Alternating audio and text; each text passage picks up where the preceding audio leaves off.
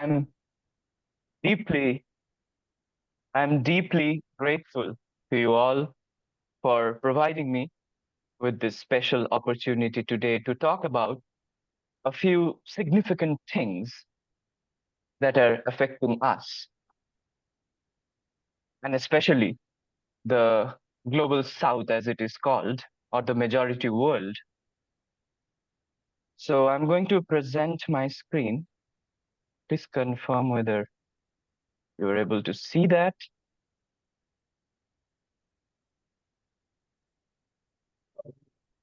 Can everyone see my PowerPoint presentation? Yes. Just make it larger on the screen. Yeah.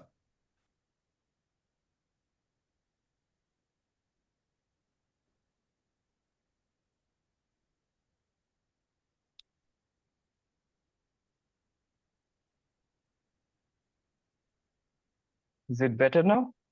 Yes.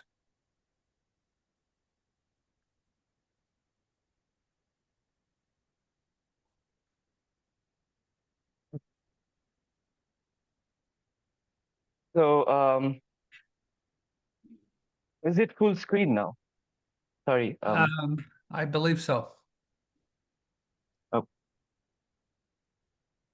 So the theme of my presentation today is from war machines to green futures, disarmament as climate justice. This is indeed a vast and complex subject matter with many interconnected dimensions that sometimes prevent um, simplifications or simplified explanations. In the time we have today, I'll try to focus on a few key areas of consideration. My hope is that this talk will serve as sort of an introduction to how climate activists might deepen our shared commitments to both peace and justice. And more importantly, how these two concepts converge when we begin to trace the common thread that runs through war, arms production, and climate change itself. So let us begin without further ado. I am speaking to you in a time of many wars between nations, within nations, and over food, water, and resources. I write as heavy rains, floods, and landslides devastate some parts of the world, while droughts and massive desertification consume others. Yet, this is not the whole story, my friends. Another world is still possible, one that emerges through a great turning, where we awaken to the love we all carry within us. It is this love that makes peace and justice not only imaginable, but possible. Climate justice itself is a performance, much like the performance we witnessed not so long ago by all of you wonderful people. It is an act that unfolds on multiple stages at once. Parliaments and protest sites, universities and courtrooms, streets and sacred grounds. It is a choreography of resistance and hope where voices, bodies, and gestures come together to declare that another order of life is possible. Like all performances, it is it is fragile, sometimes conflicted, sometimes appropriated, sometimes silenced. Yet its force lies in its ability to move us, to transform us from audience to participants, to turn our grief, collective grief, into solidarity, and to remind us that justice is not a fixed destination, but a practice continuously acted upon.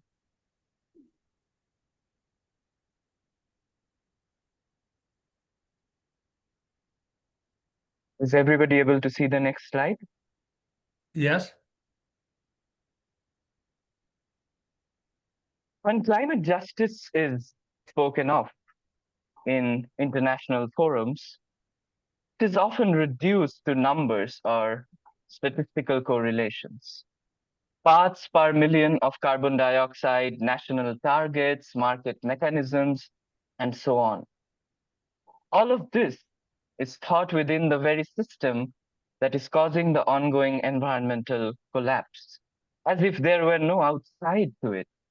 Yet climate justice, or more broadly, if I may say, environmental justice, is not merely about counting carbon. There are other relevant variables, factors, and implications at play in this very complex, difficult situation. It becomes a matter of challenging the deeply embedded systems of structural violence that constantly create this ecological collapse. Systems that view the human and the other than human genocides or ecocides as mere collateral damages. Although the global south is forced to endure the heaviest burdens of this, the fallout often boomerangs or backlashes onto the global north's populations as well. From this perspective, one could begin to argue that the war machine and the fossil fuel machine are not that separate.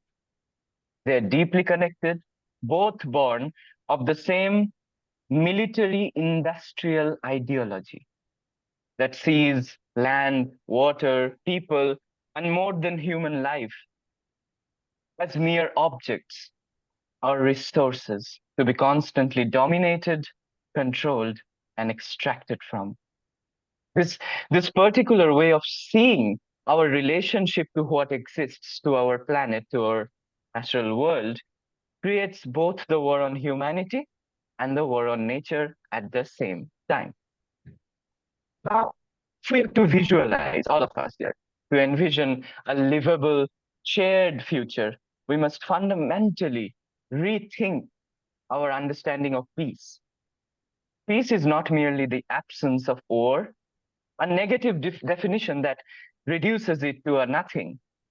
Holistically speaking, I mean, taking everything as a whole into consideration, peace is something far richer.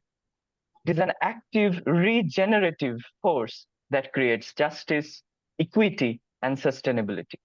It is basically the cultivation of relationships that place people, communities, and ecological ecosystems above profit-centric, market-centric thinking. In this context, justice cannot ever be reduced to market-guided policy interventions, climate finance, or technology-driven solutions, as shall become slightly clear, slightly, through this deliberation of mine. Long-term and complete justice, whole justice, justice true to its name, arises from the conditions that allow such harmonious relationships to flourish, to be born. Relationships that respect our planetary limits, planetary boundaries, uphold the intrinsic value of nature, and ensure that human activity does not exceed the planet's carrying capacity and thereby act within a safe operating space. Justice, then, is not a metric or a monetary transaction. It is the framework that enables a regenerative coexistence of care with the natural world.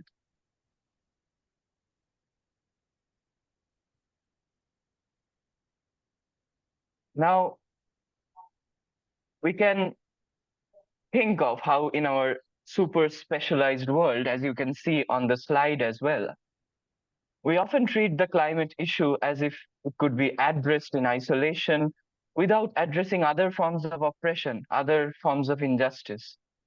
Yet, war and arms production carry immense ecological costs along with its human costs. Once we step back and then reintegrate ourselves to see everything placed in the broader context, the context is important. Recognizing that the apparently hidden from view interconnections, interrelations that shape our everyday lives it becomes clear that the struggle for peace and the struggle for planetary stability, planetary equilibrium, are not that separate. They're in fact two sides of the same coin, my friends. To talk about climate justice without addressing militarism is like trying to heal a wound while the knife is still deep inside. Stopping arms production, arms dealings, arms profits, which is called disarmament. Disarmament is not a side issue at all. It is central to achieving climate justice for the long run, for our future generations, for those who will succeed us. Now, disarmament is one of the most immediate and effective steps we can take forward in achieving genuine peace and justice that we are speaking of. Though it is not the only path available. But in this presentation, we'll explore how disarmament and why disarmament matters. So let us move on. So as you can see in this, that we are talking about resource wars. We are beginning with resource war. Because when it is basically the question of nature, which is viewed as another economic resource for plunder, for exploitation. Wars are almost always viewed as geopolitical tensions or for so-called nationalistic, patriotic motives, but beneath all these layers of illusion, of simulation, lies a more fundamental struggle. It is state corporate control over land and resources. Let us go through a few key examples to understand what is this resource war, I am talking about. So I will begin with one of the key examples today, which is Ukraine. So in Ukraine, the conflict's eastern epicenter is home to coal, gas, iron, rare earth metals, and fertile black soil. These resources, along with the country's significant wheat and corn exports, make the region a critical zone in global capital's resource networks. So contested that the coal mines, metal deposits, and fertile steppe soil are fought over as fiercely as political borders. Now let us shift to our next example, which is Palestine. And if we are to talk about Palestine, the struggle is not only for territorial, but for ecological gains. Israel's forcible occupation of Palestine usurps control over water, over land, and offshore gas reserves. In the West Bank alone, 80 to 90% of water resources are diverted, while in Gaza, 96 to 97% of water is undrinkable.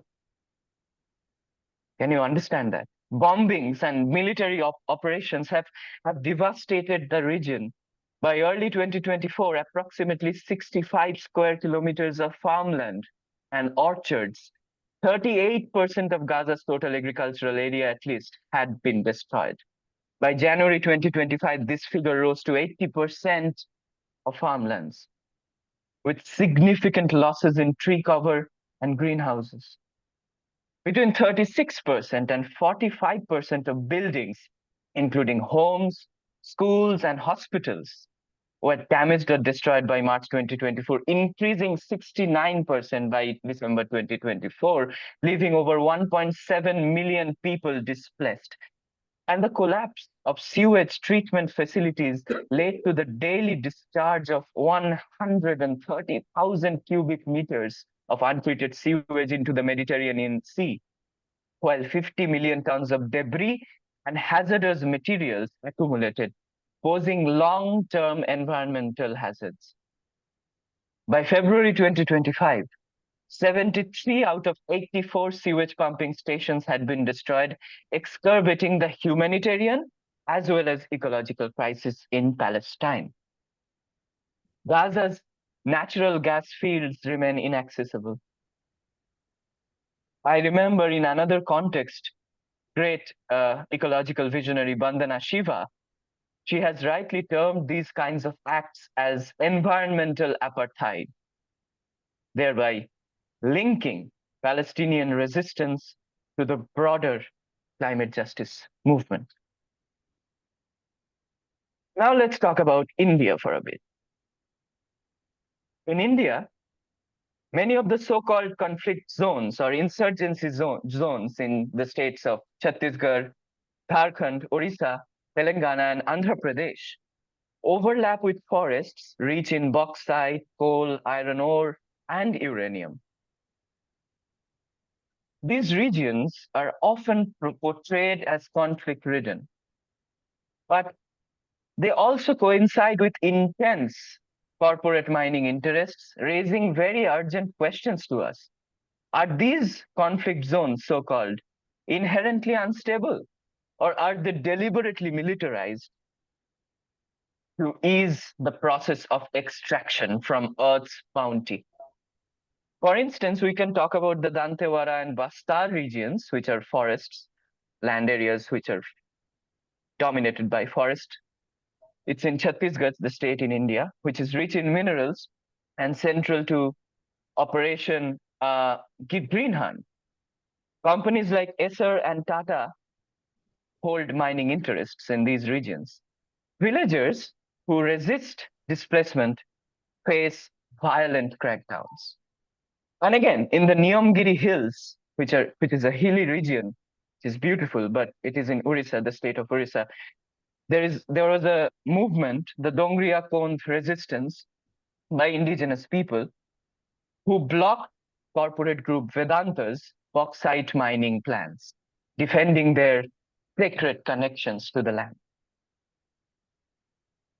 Now, if we extend from this dimension to, as you can see in the slide, along with the image that is there is a parallel that emerges in the Char Dham highway project in the state of Uttarakhand in India, which is now, according to reports, 75% complete. This highway project, was presented as enhancing pilgrimage and border connectivity. Now, this 900-kilometer corridor is predominantly for facilitating troop movement near China, near the line of actual control of China. The project has caused massive ecological fallout, my friends. It's terrible. Over 40,000 trees have been cut, triggering landslides, erosion, including ongoing ones in Uttarkashi and the northern states of India right now. Like in the insurgent zones in India that we just talked about, militarization and corporate agenda displace communities and damage ecosystems under the disguise, under the deception of development. Now we'll move to Africa.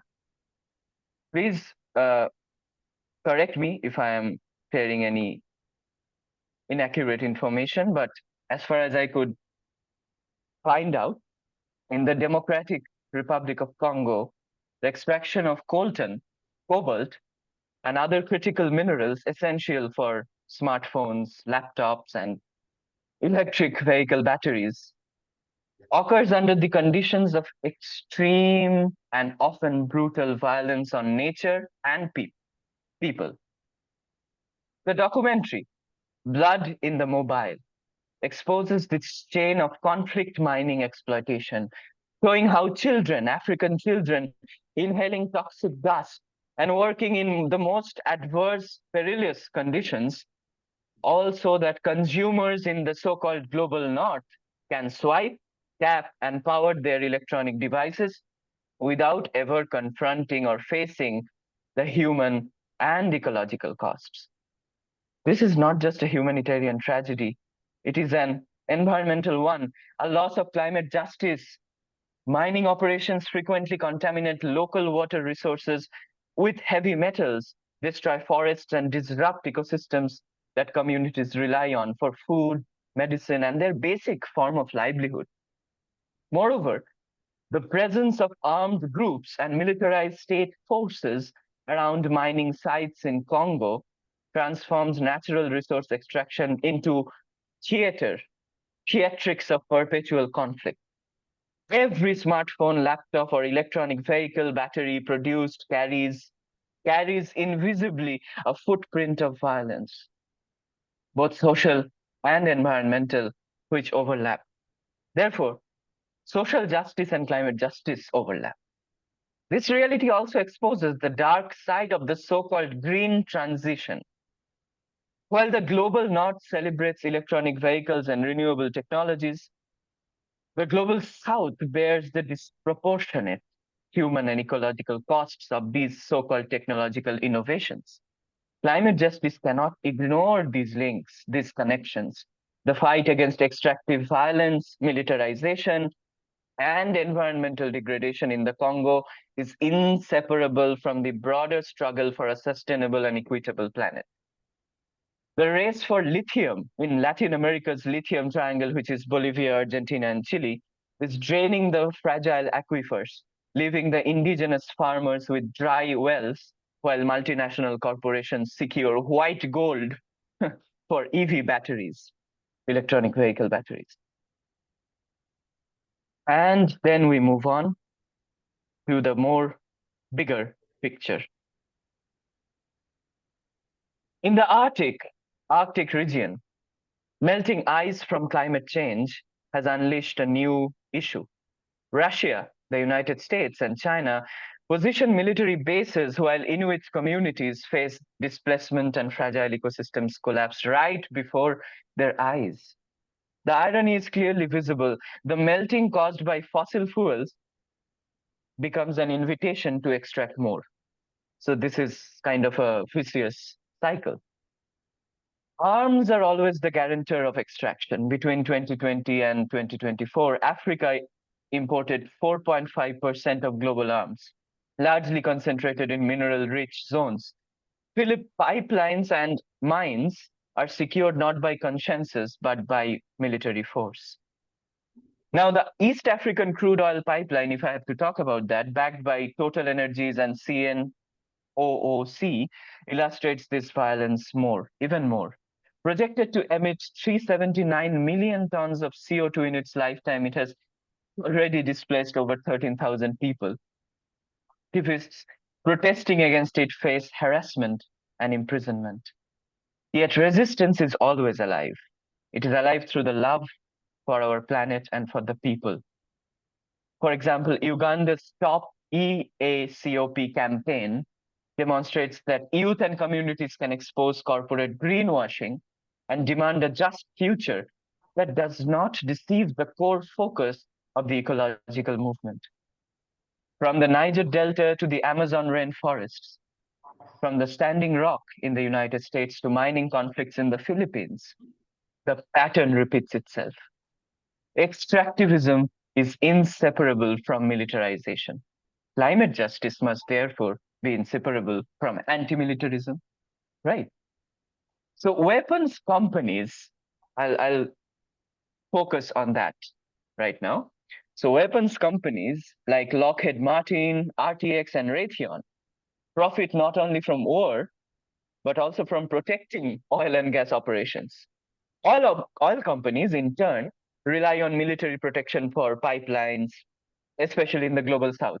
Even small arms trade worth billions of dollars fuels local conflicts, displaces communities, and destroys ecosystems. And this, my friends, creates a vicious cycle, dangerous cycle. The military protects fossil fuel extraction, and fossil fuel profits fund more militarism. The more oil and gas we burn, the more wars are fought to control them. The more wars we fight, the more debt is produced, the more profits are given to big corporates, the harder it is to imagine a peaceful, sustainable future that is shared and collective. Now, stock markets, reward this. During the Ukraine conflict alone, Lockheed Martin's shares rose 18%. Note that.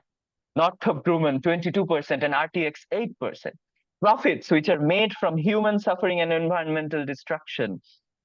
And military operations themselves use huge amounts of fuel. It's obvious. While post-war rebuilding also leaves toxic contamination in the soils and in the water. Now, the global arms trade not only shapes conflicts across Africa, but also serves as a vehicle for corporate profiteering, as we saw, with private defense companies benefiting directly from prolonged violence. In Sudan, Turkish defense firm Baker supplied over $120 million in drones and warheads to the army, breaching US and EU arms embargoes, turning geopolitical crisis into commercial gain. China, the People's Republic of China's defense corporations, including Norinco, sell weapons to countries such as Sudan and Nigeria through intermediaries, through middle persons, capitalizing on instability for profit. The pattern is repeating again and again, as you can see. In the Democratic Republic of Congo, Rwanda's alleged provision of troops and advanced weaponry to the M23 rebel group underscores how armed conflict becomes a marketable resource, which can be sold in the market just like that, regardless of human or ecological costs.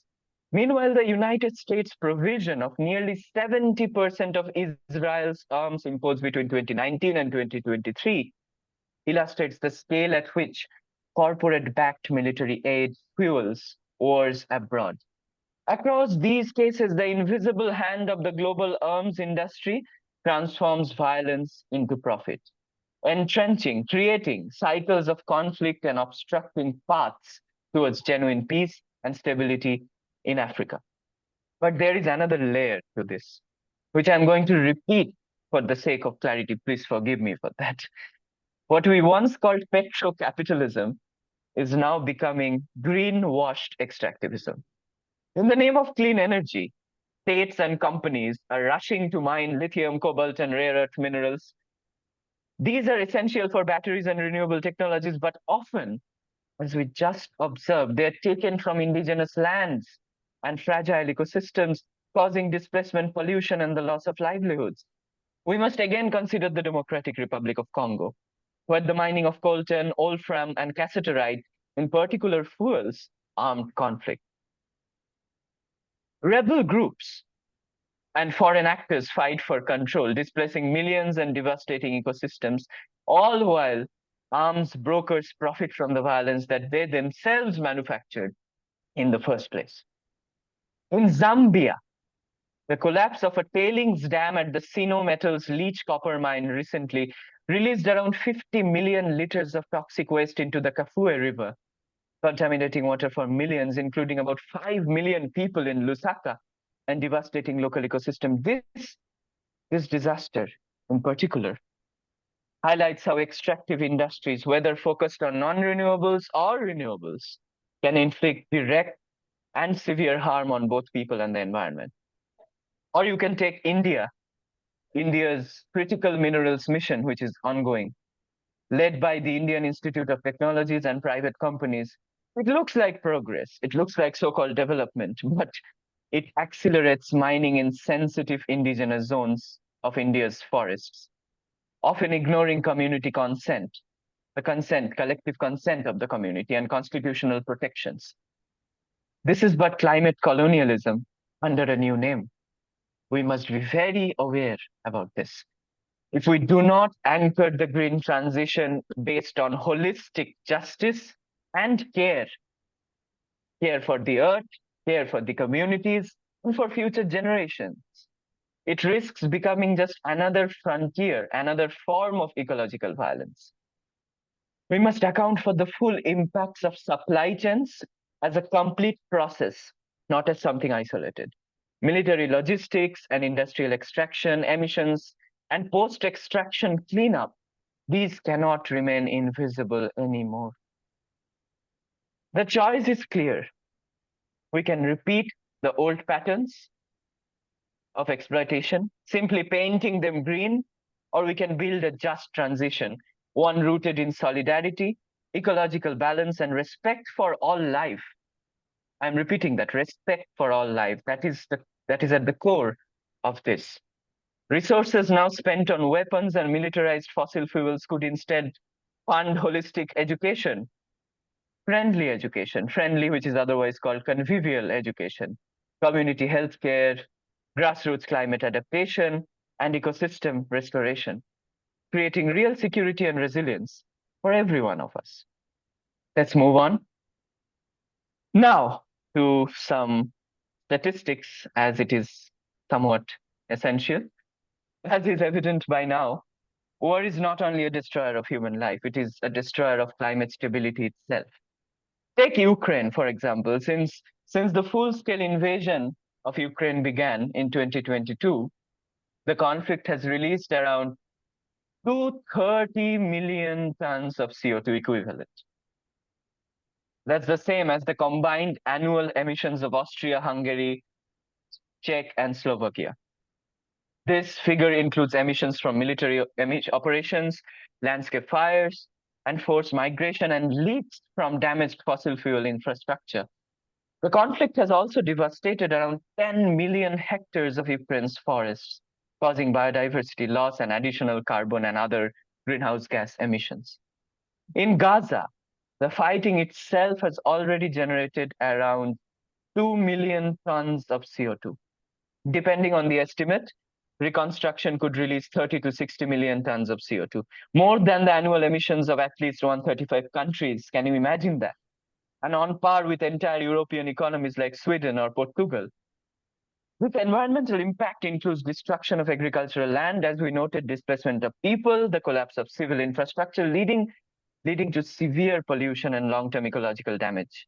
But the bigger shock lies ahead, rebuilding the destroyed infrastructure. Rebuilding on what?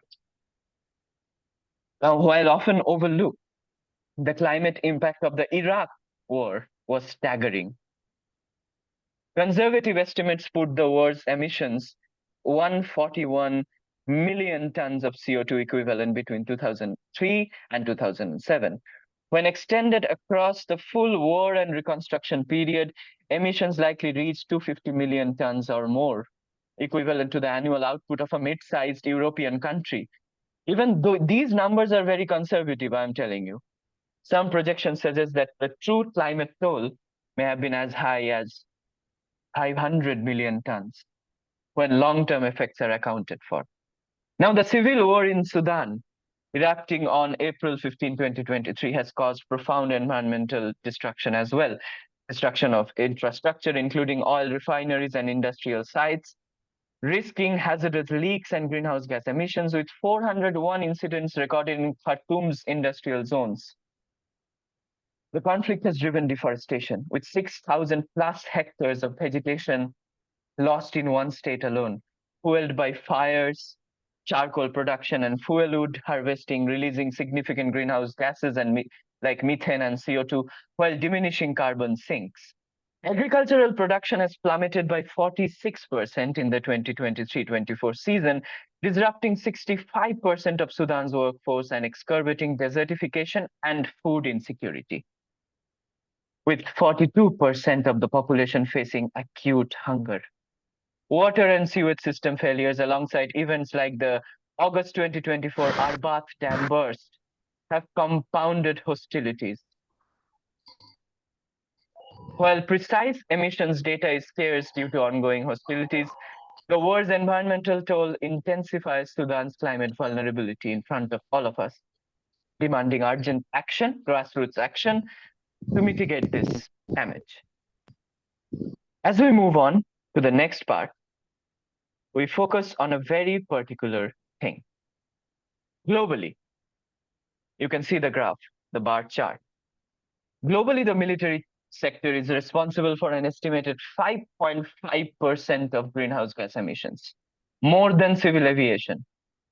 If militaries were a country, the military would rank as the fourth largest emitter in the world. Yeah. Yet, military emissions remain largely excluded from the UN's climate reporting. Yes, this is not accidental. During the 1997 Kyoto Protocol negotiations, the United States successfully lobbied for a national security exemption, ensuring, mind it, ensuring that military emissions would not count toward binding climate targets. This loophole built into the system persists even today, allowing war making and routine military operations to proceed without any accountability and scrutiny, even as the climate crisis intensifies. The scale is staggering. A single US aircraft consumes 5,600 liters of fuel per hour at sea. A single F-35 jet fighter emits over 1,000 tons of CO2 across its lifetime. NATO NATO exercises produce emissions greater than those of many small countries combined.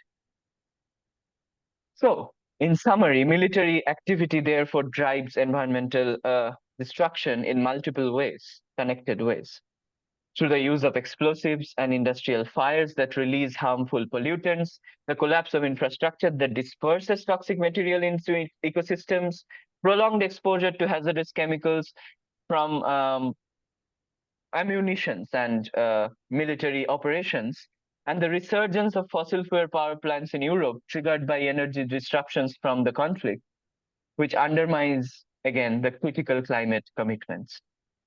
To meet the Paris Agreement's climate goals in any manner, in any conceivable manner, this blind spot has to end first. Reporting and reducing military emissions are not optional, it is essential. Next, we will talk about something that is bothering many of us today, the question of AI, because I think that's something that we hear a lot around us today, but really we do not know what to do with it in the long run, in the future. So as we examine militarism and climate justice thoroughly, we must confront a rapidly emerging dimensions. Artificial intelligence in warfare. AI-controlled drones, autonomous tanks, and lethal robotic systems are no longer speculative. They are active components of contemporary militaries. For instance, I'll give you examples to understand this. The US Department of Defense's Project Maven uses AI to analyze drone footage for targeting, while Israel deploys AI-guided loitering munitions in Gaza, and Russia has tested autonomous tanks in Ukraine. These technologies, right? These technologies promise so-called speed, they promise precision and efficiency, but there's a huge but.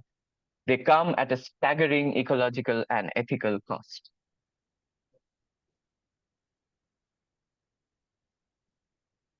That's why AI weapons consume massive amounts of energy, not only in operation, but in the computing, data storage, and training processes that make them functional in the first place. The carbon footprint of an AI-enabled military strike extends far beyond the battlefield. Hidden in the servers, data centers, and infrastructure that sustain these systems.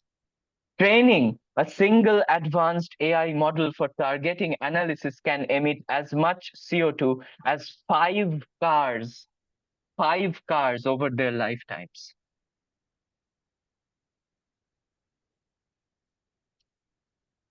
That is why the danger is not just environmental. Autonomous weapons reduce human accountability and accelerate the pace of conflict, often targeting civilian infrastructure, forests, water systems, and other natural resources. In Gaza, the use of AI-assisted drones has damaged irrigation networks and greenhouses, compounding food insecurity even more. In Ukraine, precision-guided AI drones have struck energy infrastructure, leaving millions without power and indirectly affecting ecosystems dependent on managed waterways. A war waged by AI is a war waged on both people and the planet.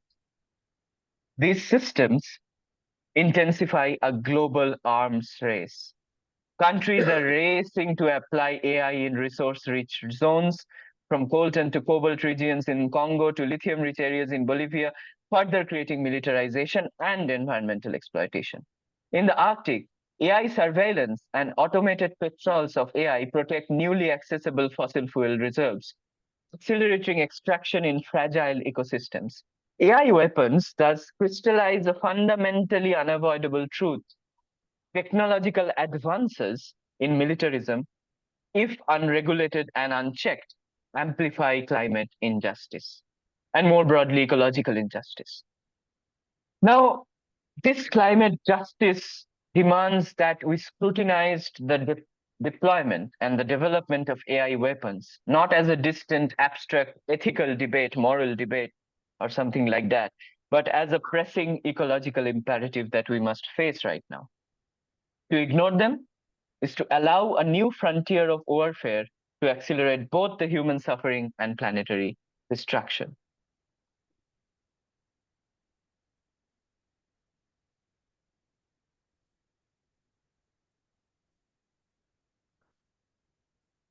Just a second, there is a technological issue with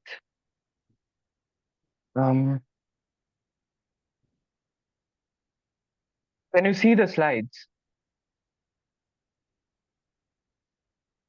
Kindly confirm if you can. Can you see the slide on military versus climate spending? Yes. Thank you. Sorry for the technological inconvenience. Yeah, as I was talking about AI, the technology gave up. Anyway, so the ecological crisis is not only a question of emissions and resource wars, but of setting our priorities straight. The numbers reveal a world that invests more in death than in survival. Let us look at this bar chart that you can see on your screen. It contrasts military spending and climate finance as of 2024. So United States spends at least $997 billion on military and only $42.6 billion on global climate finance. China spends $14 billion in military and climate finance has reached new lows. India, $86.1 billion in military, and it needs 160 to 288 billions annually for reaching the climate goals as in the Paris Agreement. But India plans to spend over 6.8 lakh crore, $82 billion on its military in 2025-26, while just paying interest on its debt will cost even more, $153 billion. Meanwhile, programs in India for clean water, climate protection, and forest get much, much less, $12 billion, hardly, for water and only about 410 million for the environment as a whole. Put simply, the same money could either build weapons or protect rivers, forests, and communities. UK. UK spends 81 to 82 billion dollars on military and 4 billions just on climate. Africa, as per the reports that I could find, it spends $52.1 billion on military versus around $50 billion on climate finance, far below the $1.6 to $2.8 trillion it needs by 2030 to reach the climate goals. I'm sorry, I have to say this in dollars because dollar imperialism is everywhere as a new form of colonialism. Anyway, in 2024, global military expenditure soared to as nearly as $2.7 trillion, the highest in decades. Meanwhile, the global south had to wait over a decade for the long promised $100 billion in annual climate finance, pledged in 2009, but only delivered belatedly in 2022. This is not abstract at all. It translates into countries like Bangladesh or India even, or many countries in Africa enduring catastrophic floods with very less international aid, and Pacific Island nations like Tuvalu and Kiribati preparing for submersion while wealthy nations invest in new fighter jets. A reallocation of even 10% of global military spending could transform climate resilience, building solar microgrids, restoring mangroves, funding climate adaptive agriculture. Every dollar moved from militarism to preservation increases the likelihood of survival. However, I must tell you, climate finance alone without a grounded framework of care for each other and for the planet would prove to be inadequate. We shall see that shortly, what other ways we have. Now, as you can see here, for the time being, let us note that the United States, as a neo-imperialist, neo-colonial power bloc, is the world's largest arms exporter. And its complicity in climate injustice is really, really, really profound. Between 2019 and 2023, the US supplied 69% of Israel's arms imports. Since October 23, it has delivered bombs, fighter jets, and missile systems at an unprecedented scale, never seen before. In 2024 alone, US arms sales totaled $238 billion. These weapons destroy more than human life. In Yemen, US supplied bombs have obliterated farmlands, destroyed water systems, and accelerated desertification. You can see the connections right before your eyes. Environmental devastation becomes inseparable from humanitarian crisis. Yet, alternatives always exist for us to cling on to hope and possibilities. In Nigeria, community-led solar projects reduce reliance on diesel and undercut violence linked to oil industry. In the Congo Basin, reforestation through rewilding practices, not the scientific afforestation that destroys through monocultural varieties. Rewilding, diversified rewilding could provide livelihoods instead of militarized mining. In Gaza, solar microgrids could power hospitals and schools resiliently. In Costa Rica, which abolished its army in 1949, investments in conservation and renewables demonstrate that demilitarization is itself climate policy. And the US cannot credibly claim climate leadership regardless, irrespective of who occupies the White House, while remaining the world's largest arms dealer, driven by the policies of World Bank, International Monetary Fund, and the World Trade Organization. Disarmament is not just a policy choice, it is a moral and ecological imperative, one that directly challenges the neo-colonial, the neo-imperial structures that the US sustains through global militarization.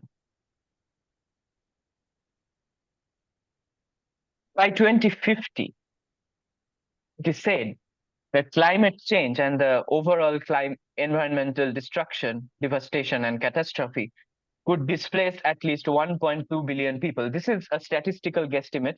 We should never wholly believe in statistics because it is said that there are lies, there are damn lies, and there is statistics. So anyway, but we need something to work on. That's why this is just a guesstimate. It is not the actual figure. So climate change could displace 1.2 billion people, turning them into climate refugees.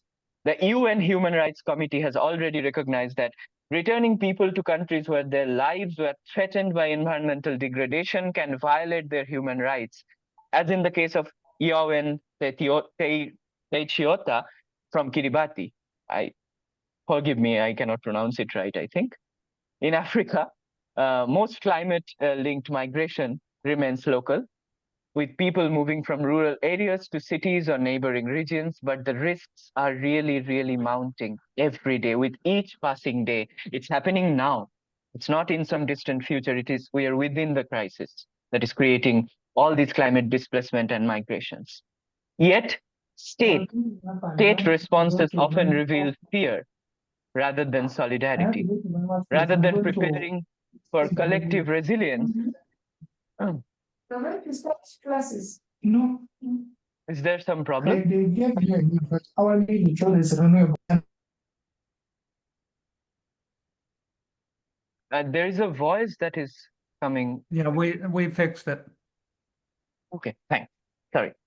Yet state responses often reveal fear rather than solidarity, rather than preparing for collective community resilience, community strength. Many governments are fortifying their borders. In Europe, for example, far-right parties co-opt or appropriate environmental language into very xenophobic green nationalism. Green nationalism, yes, defending forests by excluding climate migrants. In the United States, climate disasters such as hurricanes are often met with militarized responses instead of community-based, bottom-up resilience. In India, Floods and cyclones, which are rampant right now along the coastline, like Cyclone Amphan in 2020, have displaced millions. The government frequently deploys the army for rescue and relief rather than investing in local preparedness, localized preparedness, or community based solutions. This trend is called eco fascism or climate fascism. This climate fascism treats climate disasters as security problems rather than opportunities to build resilience, protect people, and safeguard ecosystems. It offers sense of security, a false sense of security while scapegoating the vulnerable communities. And yet, transformative and practical alternatives do exist, as demonstrated by nations like Costa Rica and Bhutan, which reallocate military resources to advance peace, environmental sustainability, and social equity. Costa Rica, by abolishing its army, channels funds into robust social programs and renewable energy engagements, illustrating how peace and ecological stewardship can mutually thrive, despite challenges like recent fossil fuel considerations in Costa Rica. Likewise, Bhutan's gross national happiness framework prioritizes human well-being through this gross national happiness instead of the illusory GDP. And Bhutan also has carbon neutrality and forest conservation over militarization, therefore offering a holistic model, I will not say model, holistic framework for sustainable flourishing. These examples highlight that climate and societal strategies through mass mobilization, through environmental literacy, can be grounded in care, justice, and long term ecological equilibrium, moving beyond fear driven or exclusionary far right approaches.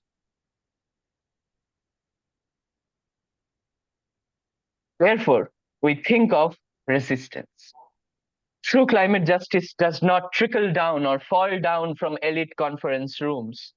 It rises from the ground up, from communities who resist extraction, militarization, and dispossession. The Dongri Akond resistance in India, as I told earlier, to defend the sacred Niyamgiri Hills against the corporate group Vedanta's mining project is an example. Another example are the Zapatistas in Mexico, who practice anarchist bottom-up agroecology rooted in autonomy and reciprocity. They call it the other production. The Munduruku people, indigenous community in Brazil, resist hydroelectric dams and mining to protect Amazonian rivers. We can talk about Maria Leusa Munduruku in this regard. The Pacific climate warriors canoe into the ocean, declaring, "We are not drowning, we are fighting." Ogoni movement in Nigeria, led by Ken Saro-Wiwa, showed how oil militarization can be resisted with global solidarity. The Greenbelt movement in Kenya, the famous Greenbelt movement founded by the visionary Wangari Maathai, demonstrates how women-led reforestation rewilding is both ecological repair and peace building. Each of these struggles, my friend, testifies to a central truth. Grounded climate justice is inherently anti-colonial, anti-patriarchal, and anti-militarist. Therefore, we have to think of the bigger picture yet again. This could be called the bigger picture activism. Disarmament is one of the necessary tools for ensuring peace and climate justice. It is not just merely about dismantling weapons, destroying arms race, arms production, or profits from arms.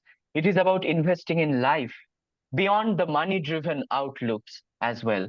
So military budgets should be redirected into food sovereignty, food security, adaptation, and ecological restoration. Drones and satellites, those which are used in wars, can be repurposed for rewilding and disaster relief. They should be used as tools, these drones and satellites, not as masters that dominate through a power over, as a technological power over. And soldiers can be retrained as permaculture practitioners, as restoration workers, and as emergency responders or disaster management trainees. Climate summits should be demilitarized for that. centering the voices of frontline communities, their lived experiences, rather than generals and CEOs. And this is not a dream. It is already happening. In Ethiopia, ex-soldiers restored degraded land as agroforesters and beekeepers. Yes, in the European Union, military logistics are sometimes being repurposed for wildfire and flood response. In Japan, retired defense engineers are retooling for renewable energy alternatives. Path exists. What is needed is a collective will that can pressurize the political will into awareness and concern. The tanks that destroy cities and villages come from the same illogic that cuts down forests.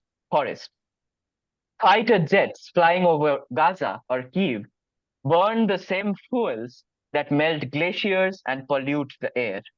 The same system that exploits animals in factory farms and imposes industrial monoculture on farmland also drives endless cycles of death in the global south, creates conflicts as part of the global economic agendas. Banks keep this machinery running, laundering money from arms deals, resource plunder, and illicit trades, disguising blood-stained profit as a legitimate investment. War. War in this sense becomes a self-feeding machine of the military-industrial complex, endlessly perpetuating or birthing itself while threatening all of us. It is essentially techno-war economy. Total, general, and complete disarmament is not a distraction. It is climate and environmental justice.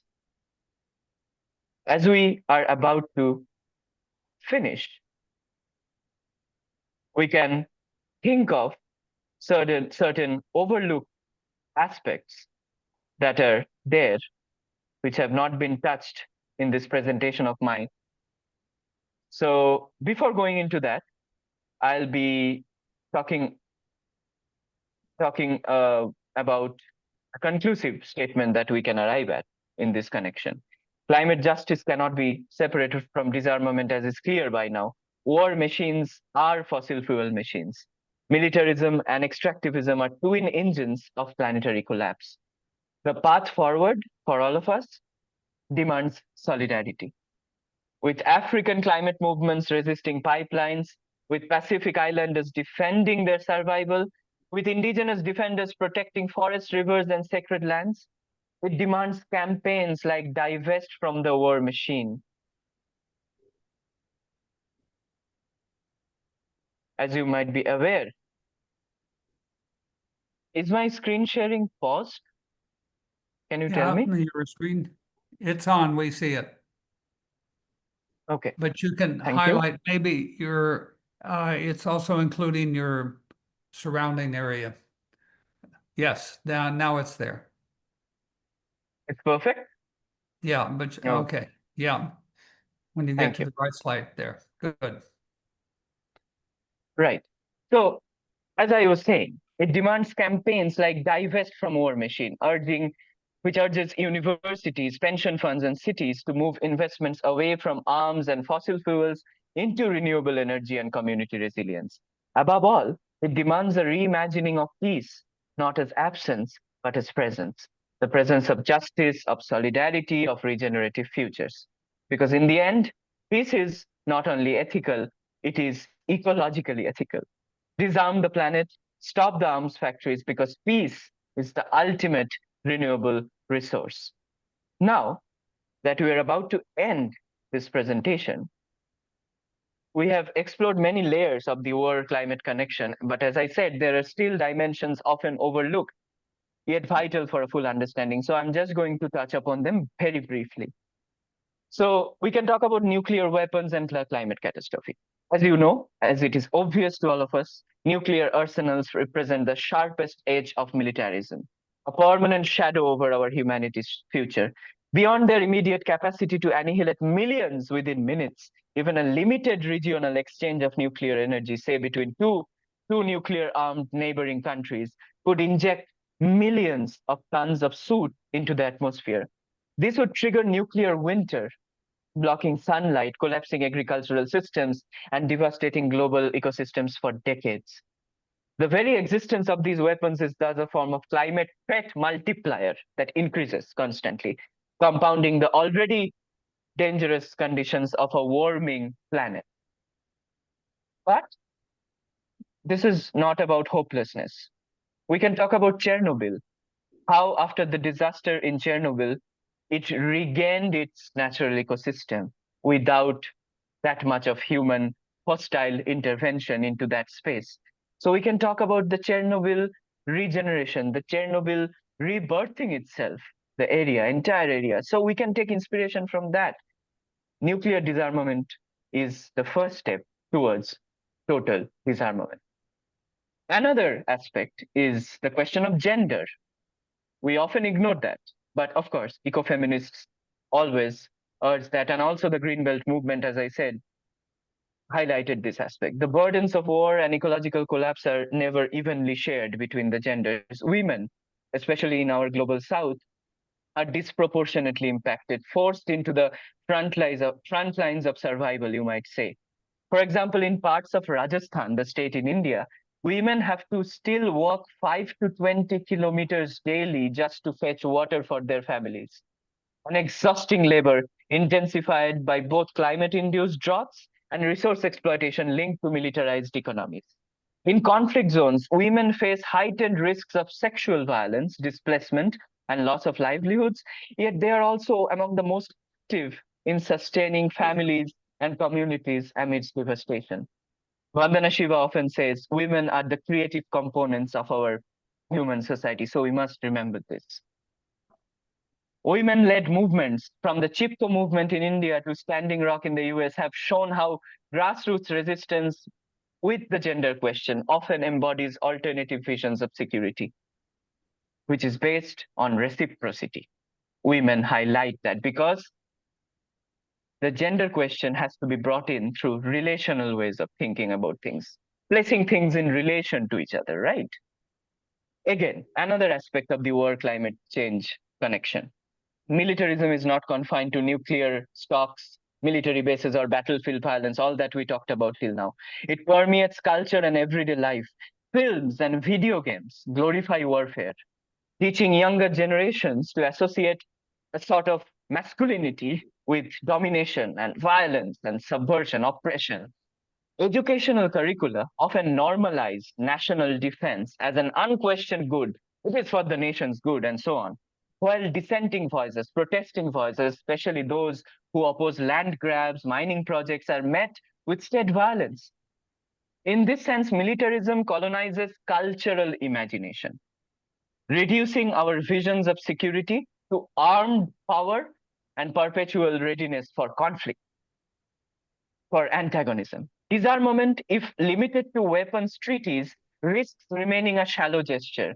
True disarmament, whole disarmament, requires dismantling the everyday notions of war, from militarized policing to the normalization of surveillance in our media, in our mass media as well.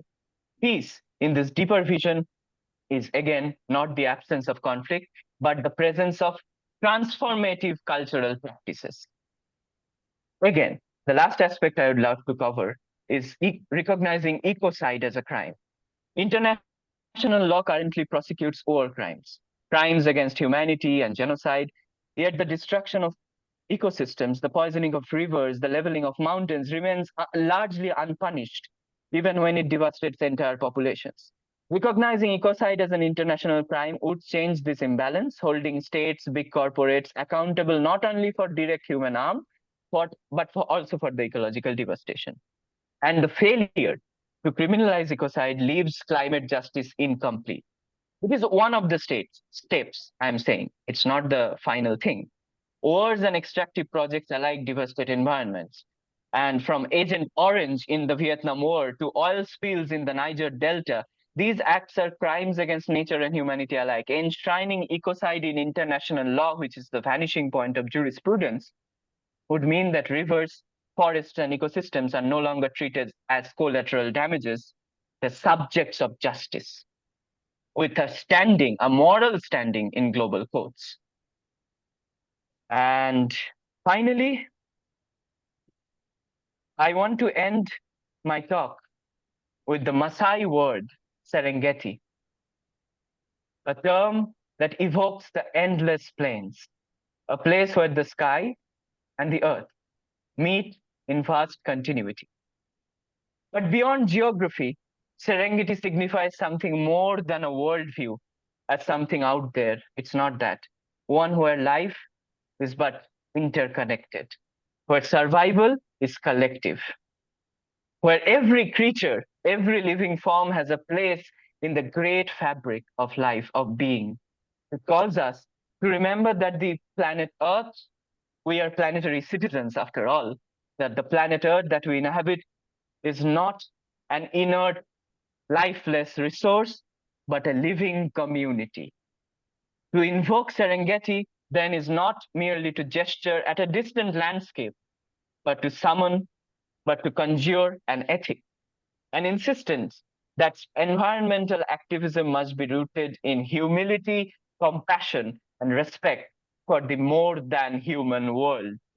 In its syllables, we hear an invitation to leave behind the fragmented military imagination of borders and bombs and territories, and to step into the open plain of borderless solidarity, where humans, animals, rivers, and forests are bound together in a shared destiny.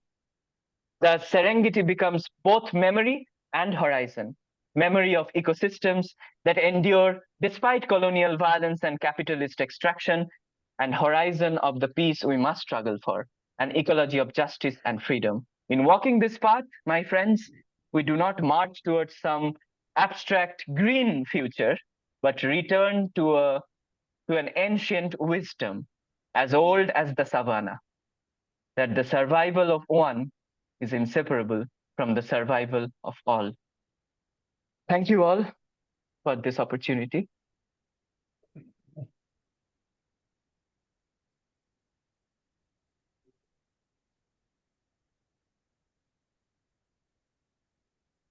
Do you have any questions?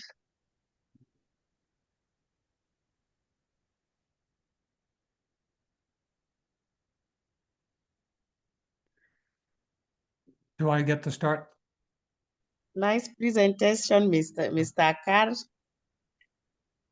Let's have anyone who has a question, please feel free to ask. Mary. I ask always my standard question. If you are a poor person living in Kenya and you think every day of how do I get food for my children? How do I have decent water? How do you communicate the violence that is going on that is behind everything? And on top of that, you showed a figure which I was struck by, that something like $50 billion a year is spent on military arms in Africa and 50 billion more or less on climate issues. It's just a general figure. But if there is that little militarization in Africa compared to what is going on in Europe and in the United States, how do you communicate the problem in a realistic way to people who need to eat?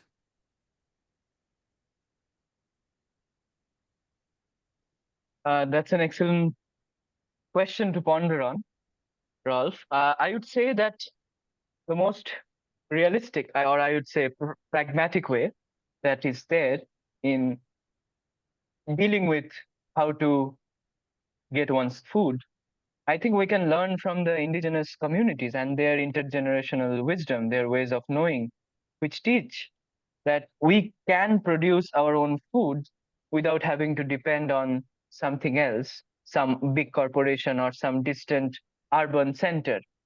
We can become self-reliant food producers ourselves. And the violence, they can historically feel the violence, because I think especially the countries in the global south right now, they are facing increasingly the effects of this violence that has been going on for the past 270 years, roughly after the Industrial Revolution. So they're already aware. What is needed is a kind of grassroots environmental literacy, which can just bring back the wisdom that is already there in community living, in participating together in food production, in building resilience through those grassroots means. So I feel that the future for these communities in Africa, Asia, Latin America especially, lies in mobilizing themselves around the central questions of food, clothing, and shelter, which are being affected by this institutional violence. And everyone can see it. And those who cannot, those who are seeing it can go to those who cannot and tell them in ways that relate to their indigenous ways of knowing, their own cultural setup, and therefore mobilize them to under a common umbrella, a common platform. So this is needed, this communication, this dialogue is needed. What we need is dialogue between these various communities. And then we can move to the central questions of how to subsist, because the question is of subsistence right now.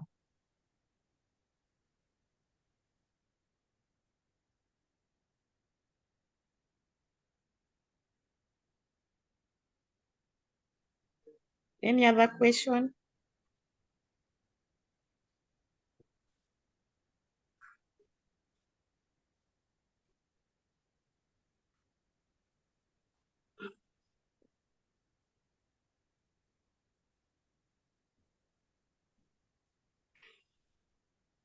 Hi, Aki, can I ask you Akhar, can I ask you a question?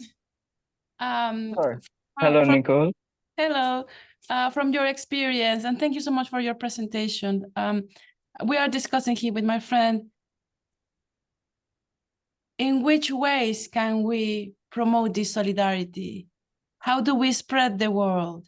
And not only about the injustices, but that the other world is a possible one that remains rooted in solidarity, reciprocity, and that really celebrates not only life, like the modern human life, but actually human life, you know? Great. Well, I think there is no one answer to that, I feel, because I don't think we can find just one way in which we can achieve this, because this is not a target. This is not a like a corporate target or blueprint.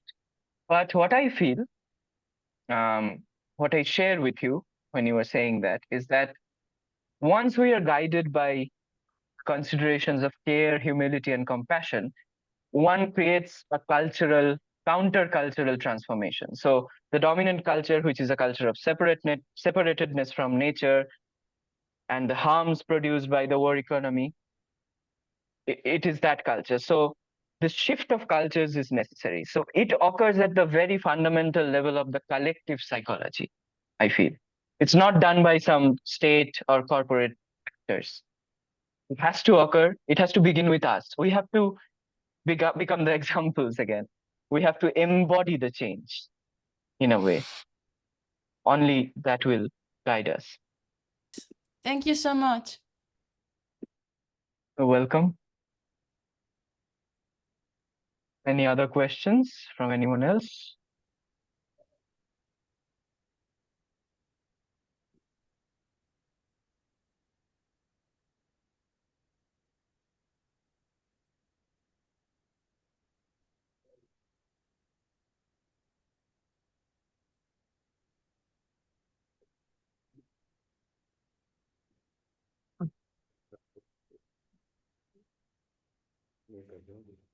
I think people are satisfied with the presentation. That's why there are no more questions.